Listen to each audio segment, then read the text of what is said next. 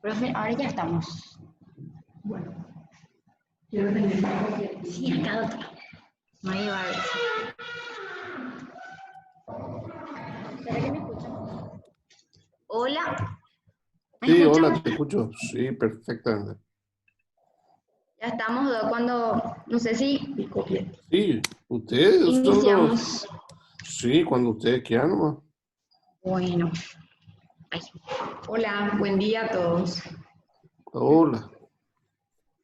Bueno, vamos a presentar un caso clínico bastante interesante que tuvimos la semana pasada. Se trata de una paciente de sexo femenino de 16 años de edad. Ella es estudiante, no tiene antecedentes de patologías de base conocida ni de interés en la infancia y no tiene hábitos tóxicos. Ella tiene un antecedente, una internación previa hace aproximadamente 3 meses por un cuadro de absceso cerebral que requirió un drenaje quirúrgico y fue una internación prolongada de aproximadamente 1 mes y medio con tratamiento antibiótico prolongado que se inició inicialmente con ceftriaxona, vancomicina y que se estuvo escalonando hasta llegar a antibiótico-terapia de amplio espectro por persistencia de los picos febriles. Ella completó un total de 26 días de tratamiento antibiótico. No se llegó a aislar ningún germen en los cultivos de secreción que se había enviado. Durante esa internación, la paciente presentó cuadros de crisis convulsiva secundaria al absceso cerebral. Fue tratada inicialmente con difenilidantoína aproximadamente por 1 mes, luego se rotó a levetiracetam, medicación con la cual ella fue dada de alta, y finalmente se la vio por ambulatorio, se rotó el tratamiento anticonvulsivante con oxcarbazepina, que era lo que ella estaba consumiendo hasta el momento de su ingreso. El motivo de consulta de esta internación fue sensación febril y lesiones en piel. Su cuadro habla de aproximadamente 1 semana de evolución que inicia con dolor de garganta,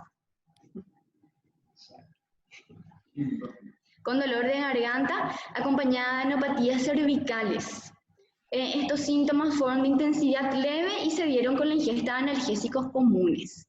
Días antes del ingreso al cuadro se agregó fiebre graduada en 39 grados en picos, acompañada de escalofríos.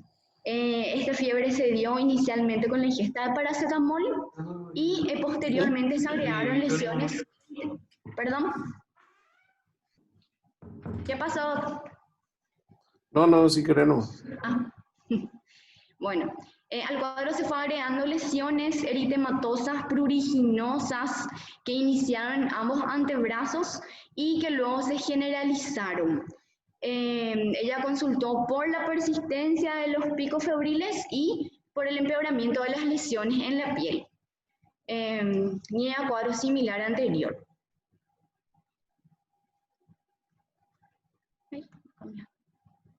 Cambia.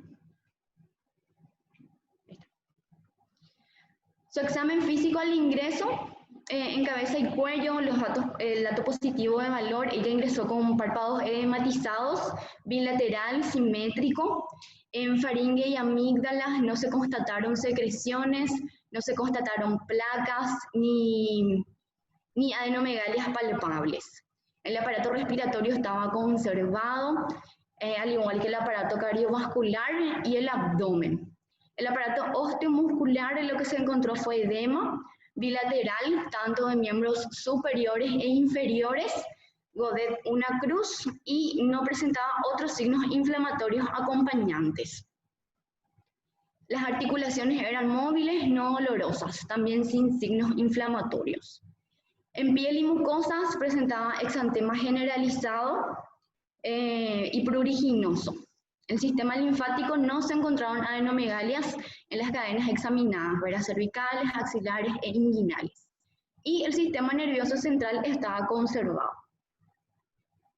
Estas son las lesiones iniciales de la piel. Como pueden ver, bueno, no se ve tan nítida la imagen, pero son lesiones exantemáticas, maculares, son simétricas y generalizadas. Las lesiones en miembros inferiores que no son tan evidentes. 2 días posterior a su ingreso, estas lesiones en piel evolucionaron a este tipo de lesiones que ya parecían más lesiones como un síndrome purpúrico. Esto tuvo en 2 días, las lesiones evolucionaron así.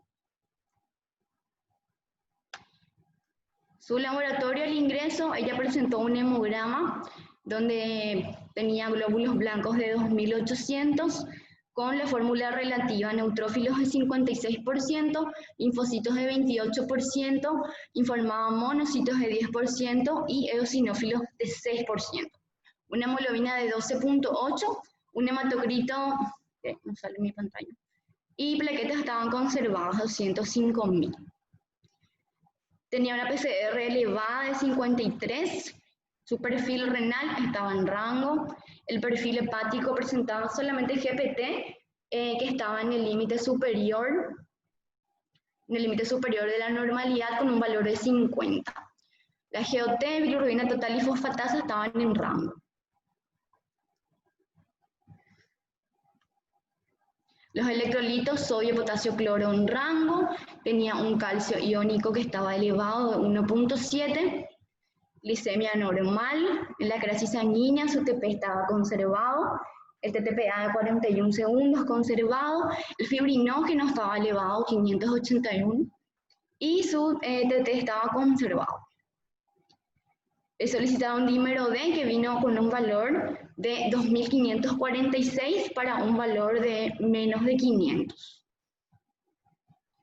El día de su ingreso se constató la fiebre de 38.5 grados, por lo que la sala le inició antibiótico-terapia en contexto de una neutropenia febril. Se le inició meropen en vancomicina de entrada. Se le realizó una ecografía abdominal en contexto de descartar visceromegalias. Lo que se encontró fue un hígado en el tamaño del límite superior a la normalidad, midiendo 145 milímetros en diámetro longitudinal. De bordes regulares, el parénquima era homogéneo y la ecogenicidad estaba conservada. Las vías biliares estaban conservadas, no dilatadas, el conducto normal, la vesícula biliar también estaba conservada, páncreas, el vaso, tamaño conservado de 115 milímetros, parénquima homogéneo y la ecogenicidad conservada. Ambos riñones también, tamaño y diferenciación córtico-medular conservada. La vejiga normal y no se observaba líquido libre en cavidad abdominal.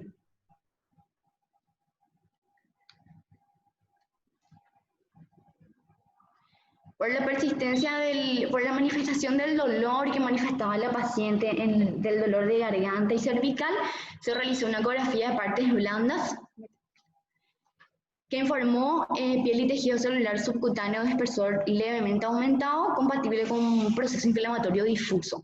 Los planos musculares estaban preservados y lo que se encontró fueron imágenes de adenomegalias de aspecto inflamatorio en región lateral derecha de hasta 16 milímetros, a la izquierda y... No voy a mirar.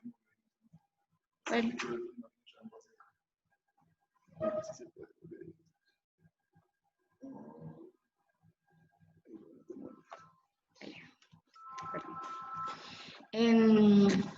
Continuando, adenomegalia, sí, aspecto inflamatorio, derecha e izquierda, de 16 milímetros y de 21 milímetros de diámetro. Y no se observaba imagen de colección en ese momento.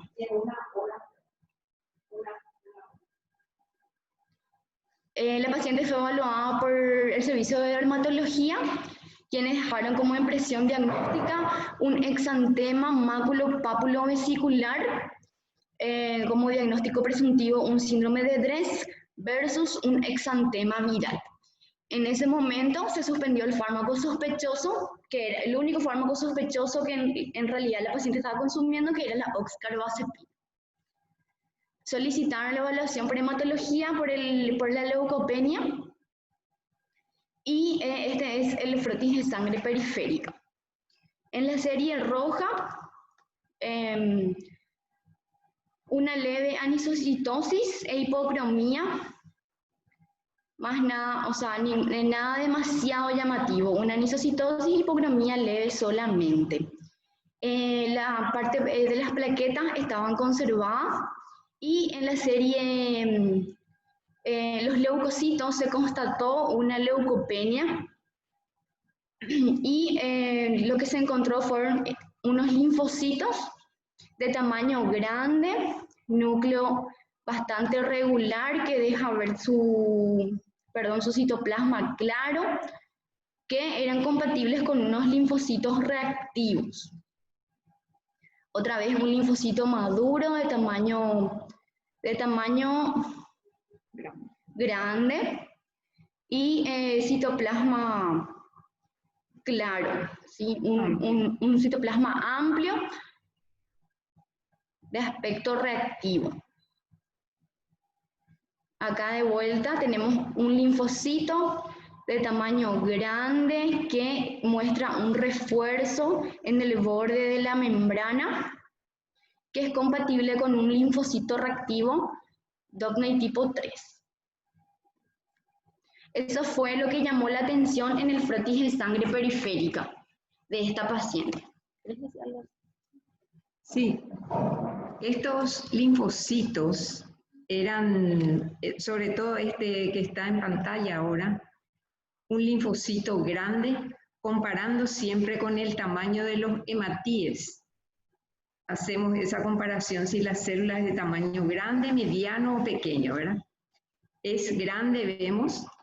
El citoplasma es amplio, basófilo, que sigue el contorno de los hematíes. Tiene un refuerzo en la membrana citoplasmática basofílico que denominamos pironinofilia. El núcleo es bastante regular, la cromatina es más condensada, no es laxa, deja ver así como un nucleolo que a veces podemos también visualizar en los linfos reactivos. No debemos confundir con un blasto, por ejemplo. Esa disquisición no siempre es fácil, ¿eh? A veces decimos, sí, cada uno tiene sus características, pero hay que ir entrenando el ojo para esto, ¿verdad? Pero este es el clásico linfocito reactivo Dobney tipo 3, que es el de mayor tamaño. Dobney clasificó los linfos reactivos en tipo 1, tipo 2 y tipo 3. Este sería el de más grande con todas estas características. El tipo 1 sería más parecido a una célula plasmática de menor tamaño, con el núcleo algo excéntrico que simula una célula plasmática, pero la cromatina no llega a ser como la plasmática madura. Entonces le denomina un linforeactivo linfoplasmocítico, sería el tipo 1. El tipo 2 es intermedio entre este que estamos viendo en la lámina y el tipo 1, o sea, de tamaño intermedio. El citoplasma no es tan basófilo, no tiene pironinofilia y le parece más a un monocito. La forma intermedia, o sea, el linfocito reactivo Dobney tipo 2, a veces se confunde mucho con el monocito.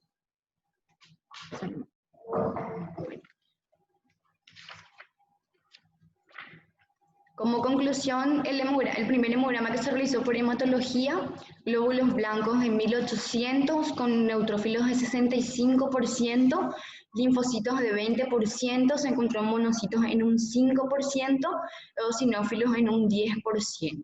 Una leve anemia de 11.2, hematocrito de 34, plaquetas estaban en un rango 180.000 y reticulocitos de 0.6%. Bueno, para hacer nomás un resumen para las personas que se sumaron recién, este es el caso de una paciente de 16 años de edad, de sexo femenino, que tuvo un antecedente de una internación hace 3 meses por un absceso cerebral, que fue tratado con antibiótico-terapia de amplio espectro por 1 mes. Un cuadro convulsivo secundario tratado con anticonvulsivantes, actualmente oxcarbazepina, que ahora ingresa por fiebre y lesiones exantemáticas generalizadas en toda la piel. En su hemograma, una leucopenia con una neutropenia, eosinofilia y una leve anemia. Marcadores de inflamación elevados y eso.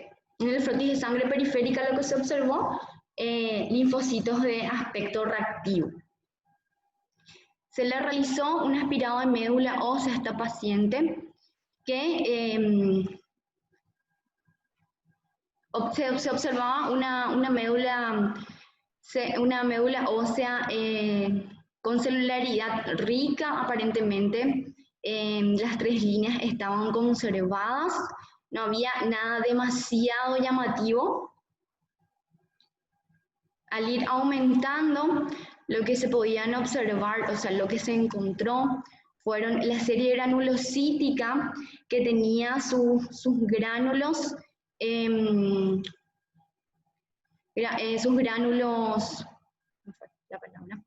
estaban muy reforzados. Y a medida que íbamos mirando, encontrábamos esta célula, que es un macrófago. Acá podemos observar el núcleo del macrófago, su citoplasma, que de repente es muy difícil de limitar. Tenía vacuolas en su interior y unas inclusiones que aparentemente son restos celulares o plaquetas. Bueno, a medida que íbamos mirando, encontramos más células con estas características. De nuevo acá un macrófago, este es el núcleo del macrófago, el citoplasma claro, difícil de delimitar, y en su interior encontramos restos nucleares. Aparentemente esta imagen de acá sería un eritrocito, o sea, lo que encontramos fue un macrófago que estaban fagocitando. Aparentemente este es un resto nuclear de alguna célula y este sería un eritrocito, aparentemente. O sea, fagocitando elementos hematopoyéticos, ¿verdad? Sí, porque normalmente sabemos que los macrófagos fagocitan, ¿verdad? Así es. Pero acá vemos que son elementos hematopoyéticos y bueno, y después, bueno, seguí nomás, Samari. Bueno. Presentamos más imágenes, estas imágenes que a medida que íbamos cambiando de campo se iban repitiendo. Esto sería el núcleo del macrófago que está aparentemente plegado.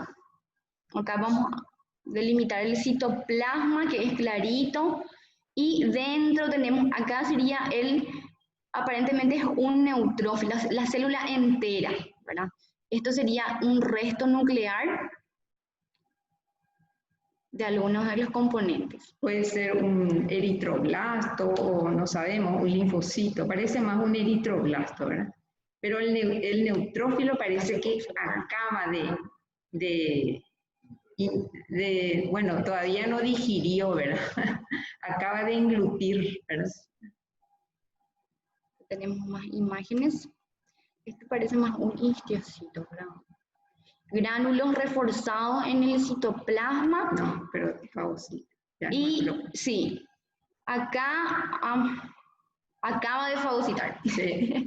Acaba de fagocitar lo que aparentemente parece un metamielo, sí, aparentemente. Acá tenemos más imágenes. Esta sí parece un histiocito, ¿verdad? Ese sí. Histiocitos que están aparentemente activados, tiene sus gránulos bien reforzados, bien marcados. Este sería su núcleo y por acá el citoplasma. La diferencia entre el histiocito y el macrófago es que el macrófago tiene elementos que ha fagocitado, ¿verdad? El histiocito no. El histiocito tiene sus gránulos, pero estas células que están adyacentes al histiocito, no están dentro. Son dos histiocitos que están ahí, uno sobre otro, pero los histiocitos no morfan, como suelen enseñar, ¿verdad? El macrófago ya morfa, pero el histiocito no. Tenemos más imágenes representativas. Este es un macrófago. Acá bastante difícil de dilucidar qué tipo celular. Se parecen bastante los núcleos. Ambos núcleos aparentemente son de la misma estirpe. Tiene vacuolas en su interior. Si querés agregar sí, esta célula realmente aparenta ser del sistema mononuclear fagocítico también. Podría ser un histiocito, porque en estas patologías, así que de hemofagocitosis, hay como una histiocitosis, ¿verdad? Que hay que dilucidar si es reactiva o proliferativa. Y esa célula que se ve dentro del macrófago, se ve perfectamente que está dentro del citoplasma del macrófago. Es un elemento del sistema mononuclear fagocítico. Se parece más a un histiocito que a un monocito, por ejemplo, por el tamaño y todo eso.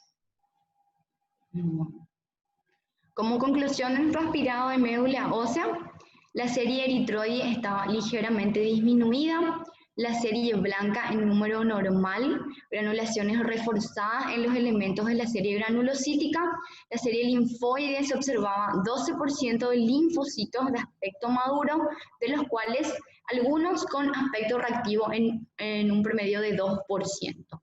La serie megacariocítica estaba normal, las células plasmáticas normal también.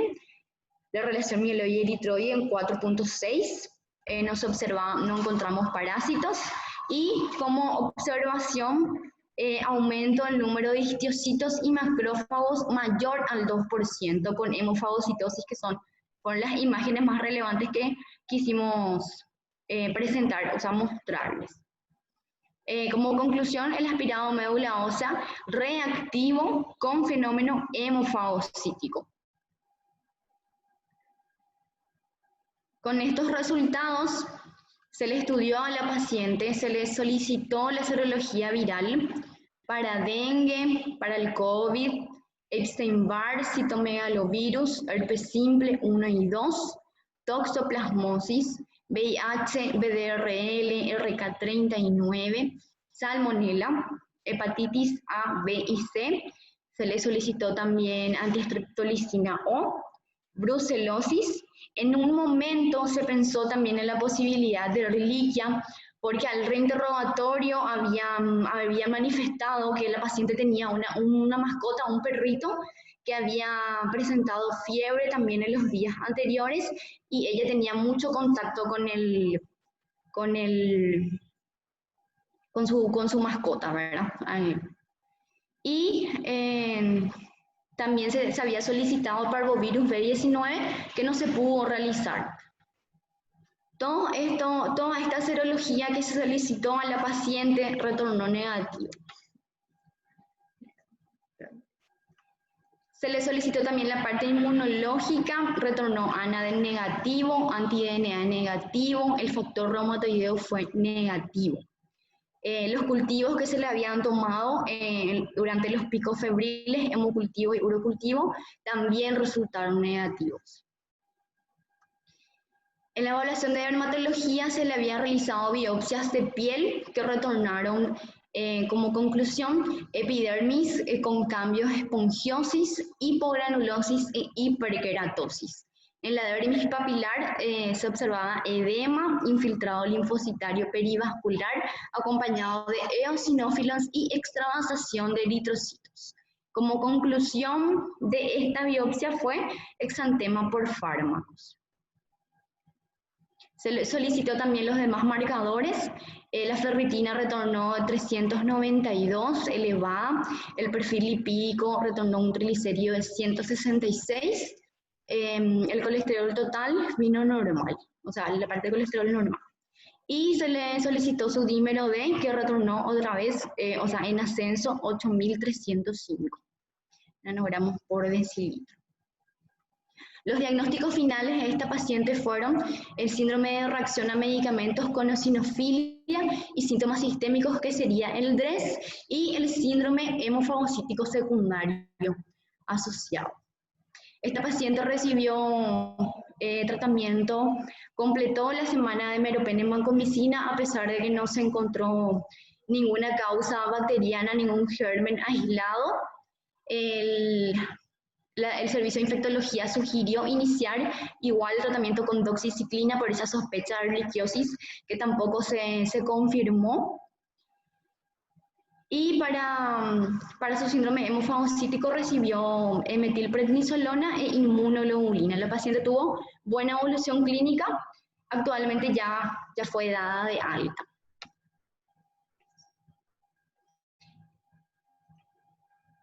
Bueno. Para hacer un repaso de lo que es el síndrome hemofagocítico, es una entidad anatomoclínica que se caracteriza por una triada: fiebre, esplenomegalia y citopenias. Se pueden observar también, o sea, es común la presencia de adenopatías, ictericia, exantema y síntomas neurológicos variados. Se presenta a cualquier edad, con una incidencia aproximada de un caso por millón de habitantes por año. Hablando un poco de la fisiopatología, se sabe que es consecuencia de una respuesta inmunológica inapropiada o excesiva por activación de los linfocitos TCD8 y los macrófagos. Lo que se ve es una sobreproducción de citoquinas, causa prácticamente una tormenta de citoquinas, que lo que produce es un fallo orgánico progresivo que puede llevar a la muerte en cuestión de, o sea, un cuadro, una progresión bastante rápida que puede llegar a ser muy grave.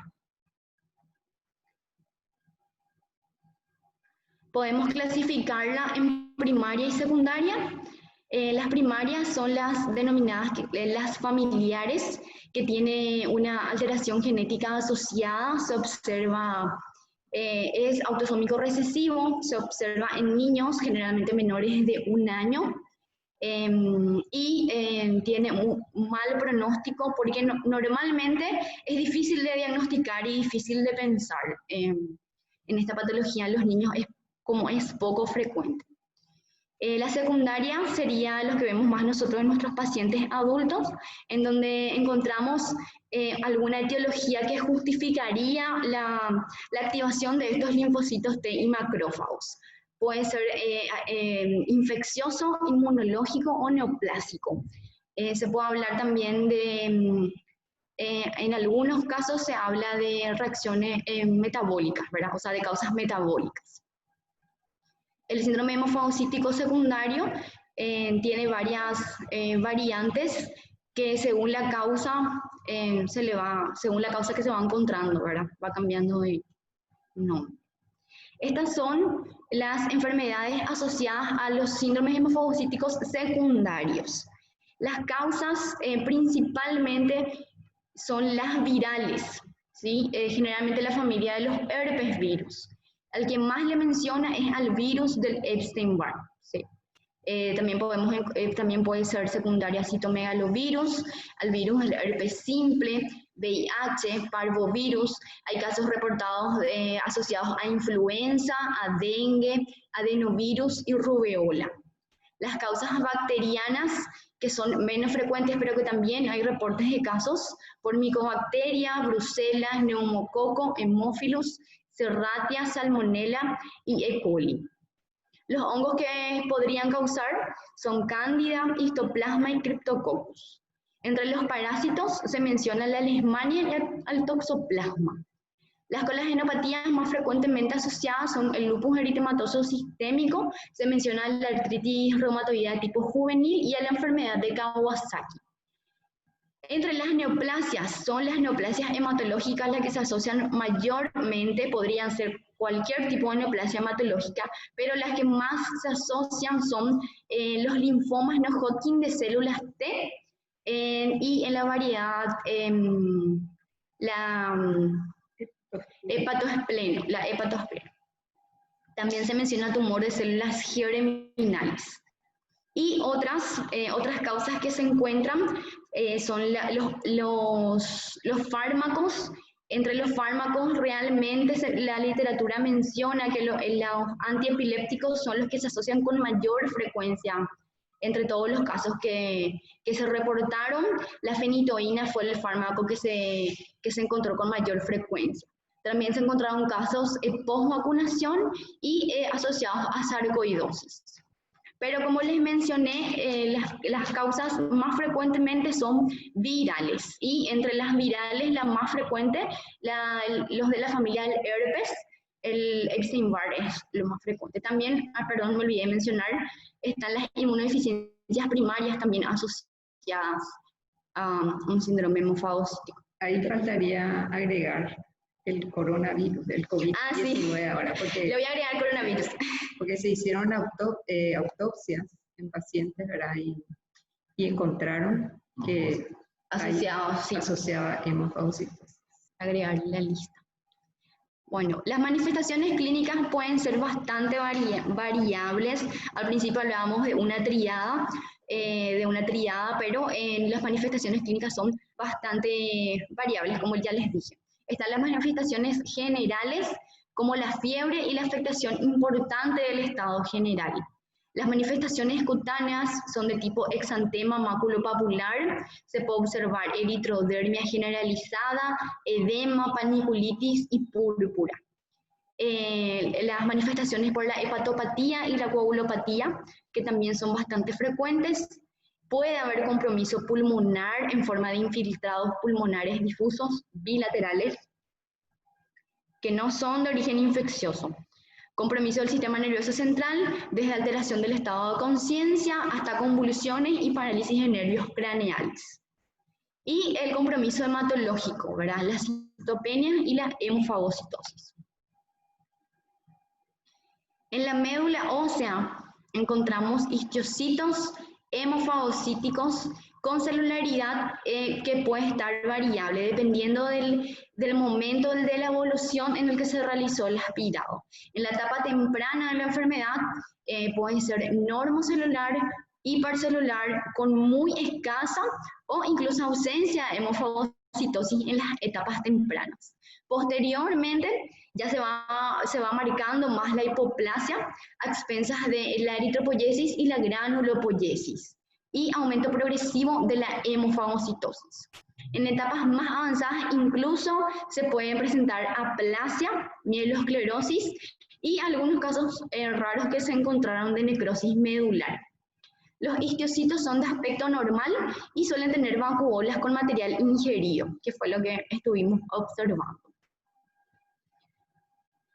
Un dato bastante importante que me dio acá mi profe, es que para diferenciar, por ejemplo, de una hemofagocitosis reactiva, cuando observamos en la médula mucho compromiso por hemofagocitosis, va más con un cuadro reactivo que con un cuadro proliferativo neoplásico, porque también existen las neoplasias de esta serie celular.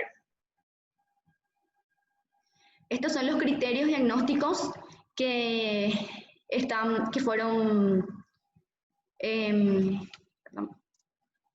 estos son los criterios diagnósticos que deben cumplir los pacientes, que deben cumplir por lo menos 5 de estos criterios para establecer como tal el diagnóstico del síndrome hemofagocítico.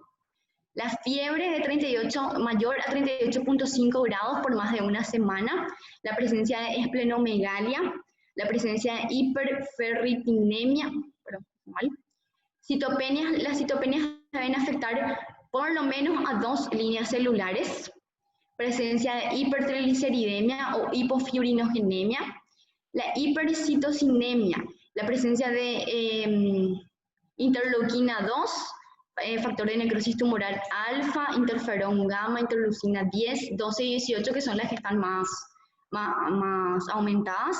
En la presencia de mutaciones genéticas, este sería el caso de del síndrome hemofagocítico primario o familiar, ¿verdad?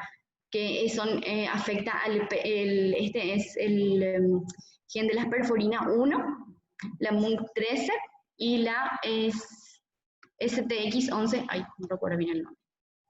La presencia de hemofagocitosis debe ser mayor a 2%, recordando que así como en la médula ósea pueden aparecer en otros órganos, ¿verdad? Como ganglios linfáticos, hígado, vaso, incluso hay reportes que hablan que se encontró hemofagocitosis en líquido ascítico. Entonces, pero lo que tenemos más accesible y lo más comúnmente es la médula ósea, ¿verdad? Por eso que le mencioné.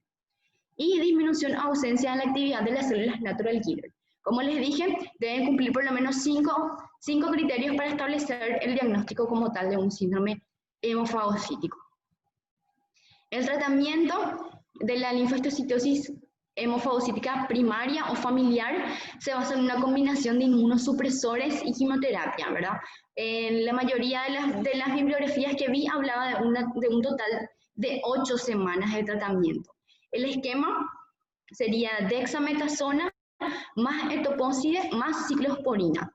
La quimioterapia intratecal, dependiendo de si tiene o no afectación del sistema nervioso central, sería con metotrexato y corticoides. Otras opciones de tratamiento sería la gamma-globulina, la antitimocítica, la inmunoglobulina endovenosa y plasmaféresis en caso. En los pacientes que se ha demostrado la presencia de mutaciones genéticas, afectación del sistema nervioso central o que tienen mala respuesta al tratamiento, se consideran pacientes de alto riesgo. Entonces, en ellos está indicado el trasplante alogénico de precursores hematopoyéticos. En el caso del síndrome hemofagocítico secundario, el tratamiento obviamente es tratar el factor desencadenante en asociación con corticoides, ¿verdad? Dependiendo del estado clínico del paciente. Acá dice con o sin esteroides, ¿verdad? Pero creo que en la práctica nadie se animaría a dejarle sin corticoides. Con excepción de los cuadros autoinmunes y neoplásicos, la terapia inicial en los cuadros agresivos sería la misma que en los pacientes que tienen la linfocitosis hemofagocítica primaria o secundaria. O sea, se puede hacer el mismo tratamiento para las secundarias. En pacientes que tienen neoplasias hematológicas y las respuestas son incompletas o tienen afectación del sistema nervioso central, también se consideran pacientes de alto riesgo y se debe valorar la posibilidad de un trasplante de precursores hematopoyéticos. Eso es todo lo que queríamos compartir con ustedes. Muy bien. Aplausos. Yo quería, ¿puedes volver un poco a la foto? Sí. Sí, claro. Esta. Sí, siempre tenemos que recordar nosotros para nuestro manejo, ¿verdad? Ya si es un tema, hoy tema, el dermatólogo le va a tocar la superficie. Sí. Pero a nosotros para nuestro manejo si es una púrpura o un eritema de la nitropresión, ¿verdad? Yo no sé cómo estaba eso en la paciente al ingreso y después, porque parece que primero era más. Iba más hacia un eritema, ¿verdad? Sí, Más... estas son las lesiones iniciales. Y después como que ya hubo un sangrado, parece que sí, como una púrpura. Esto se parece más a una púrpura realmente. Esto fue lo que asustó cuando la paciente evolucionó y tan rápidamente, ¿verdad? Porque en 2 días pasó de esto a esto. Claro. ¿Verdad? Y también otra acotación, viste que después en tu hemograma, sí. Si bien el DRES se acompaña de eosinofilia en gran cantidad de los pacientes, puede no presentar también eosinofilia. Entonces, si te fijas en valores absolutos, realmente no tiene eosinofilia la paciente, pero en su biopsia sí salió en el tejido, ¿verdad? Entonces sigue completando criterios para DRES. Para DRES. Pero nosotros nomás para nuestro manejo, ¿verdad? O sea, con 6% de EOS y 7% blanco, eosinofilia, ¿verdad? Ah, vos decís por la conclusión, ¿verdad? Por los números. En la médula realmente, pero yo no sé si, creo que ya no informé de esa parte, se veían esos precursores de eosinófilos con esos gránulos que por un lado eran naranjaditos del eosinófilo ya maduro y por otro lado habían gránulos de los basófilos que eran más oscuros. Entonces, el mismo precursor de EO tenía gránulos pre-eosinófilos, se denomina eso, porque por un lado tiene un fondo que nos recuerda el color del eosinófilo, naranjadito, pero unos gránulos del color del basófilo. Eso tenía algunos, yo creo que no informé eso como pero me llamaba la atención en el aspirado de médula, ¿verdad? A lo mejor podría yo agregar eso a su, para completar nomás también.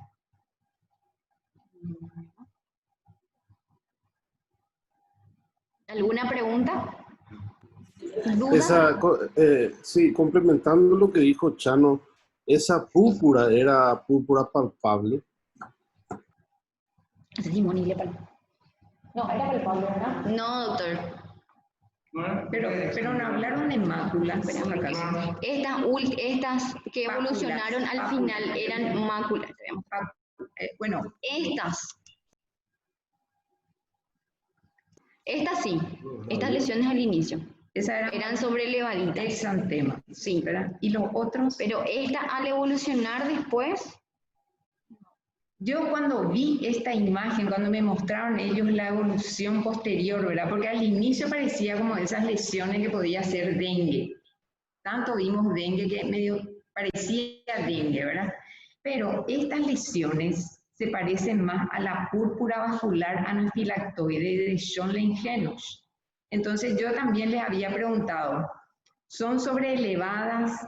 ¿Tienen una zona central necrótica, como esas lesiones en escarapela?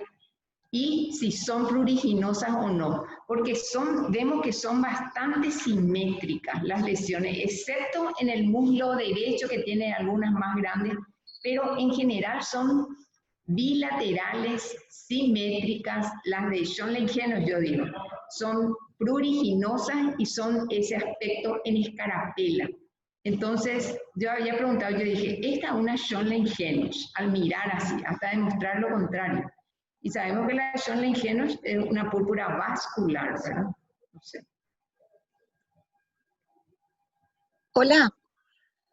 Hola. Al final, ¿qué les parece la conclusión así concretamente? Porque ya de la clínica, del laboratorio, de la médula, ya se habló mucho. ¿Qué es lo que piensan? Al final, ¿qué es lo que más creen? Sí, doctora, se concluyó como un síndrome de Dress, con un síndrome y su síndrome hemofagocítico secundario, ¿verdad? Al fármaco que ella estaba recibiendo. Perfecto, perfecto.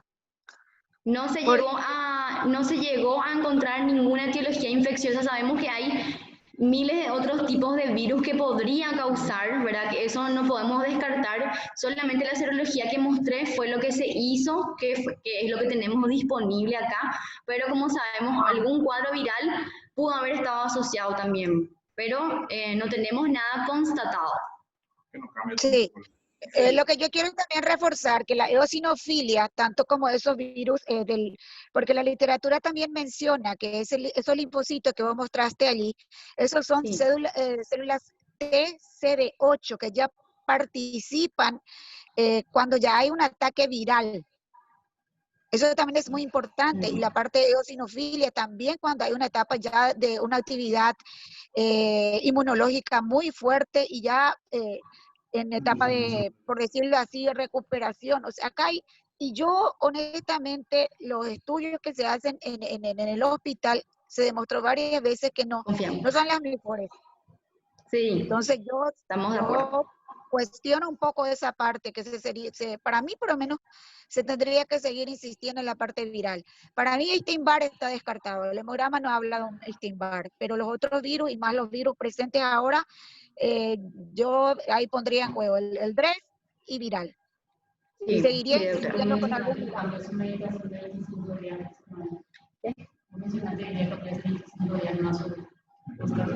Sí, mencioné que eran nuevos. Sí. Sí, realmente este caso miramos con la doctora Loida, con todas las doctoras acá, con los doctores, y realmente parecía un virus. Y nosotros primero pensamos también, bueno, dengue por un lado, no, dengue no, porque, bueno, y después coronavirus, que estamos en pandemia y nuestra obligación también es pensar, ¿verdad?, que puede ser. Y tenía mucho para pensar en coronavirus también. Y también morfológicamente, esas lesiones, ¿te acuerdas, Loida, que miramos de la serie granulocítica en periferia, que tenía mucha displasia Eso de va la serie con un cuadro. granulocítica, con bandas en periferia, que vimos mucho también en la epidemia de dengue, vimos características similares, con linfos reactivos. Y esas displasias pasajeras en la morfología de los granulocitos, la literatura más menciona en procesos virales. Y son Sí, los virus más fuertes que tenemos. Entonces hay mucho conjugado de la parte morfológica que se puede seguir buscando estos virus. Así como digo, yo, para mí no me cierra tanto con toda la parte morfológica que se tiene como una parte, una balanza fuerte. Bueno, eso que dejo pendiente. Yo realmente cuando vi ese caso de Erliquia en el Hospital San Pablo, la semana pasada que compartí con ustedes, yo me quedé con la espina, ¿será que a mí se me pasó en esta paciente que se llama Cielo, ¿verdad? ¿Será que en la paciente Cielo se me pasó como, y vine a mirar otra vez por ahí que no se me haya pasado? Porque nunca yo había visto en vivo, en directo la erliquiosis, ¿verdad? Y se me presentó el viernes anterior en el San Pablo. Y vine, miré y dije que no encontré otra, ni en periferia y en médula. Yo pensé, ¿será que esas que yo interpreté como restos celulares o eran inclusiones por Ehrlichia, ¿verdad? No, me entró la espinita, ¿verdad? Y vine a revisar otra vez, pero no vi nada parecido a la paciente del San Pablo, que entre paréntesis les comento que está viva todavía, está luchando, está mejoraron todos sus parámetros de funcionalidad renal, hepática, tiroidea y bueno, está peleando. Sí, perfecto.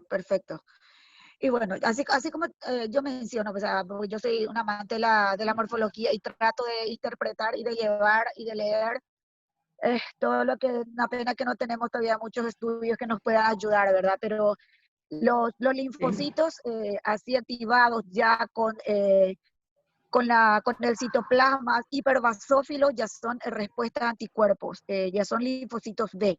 Y los otros linfocitos son linfocitos T. Entonces hay dos factores súper importantes que están presentes, que yo sigo apostando a una virosis.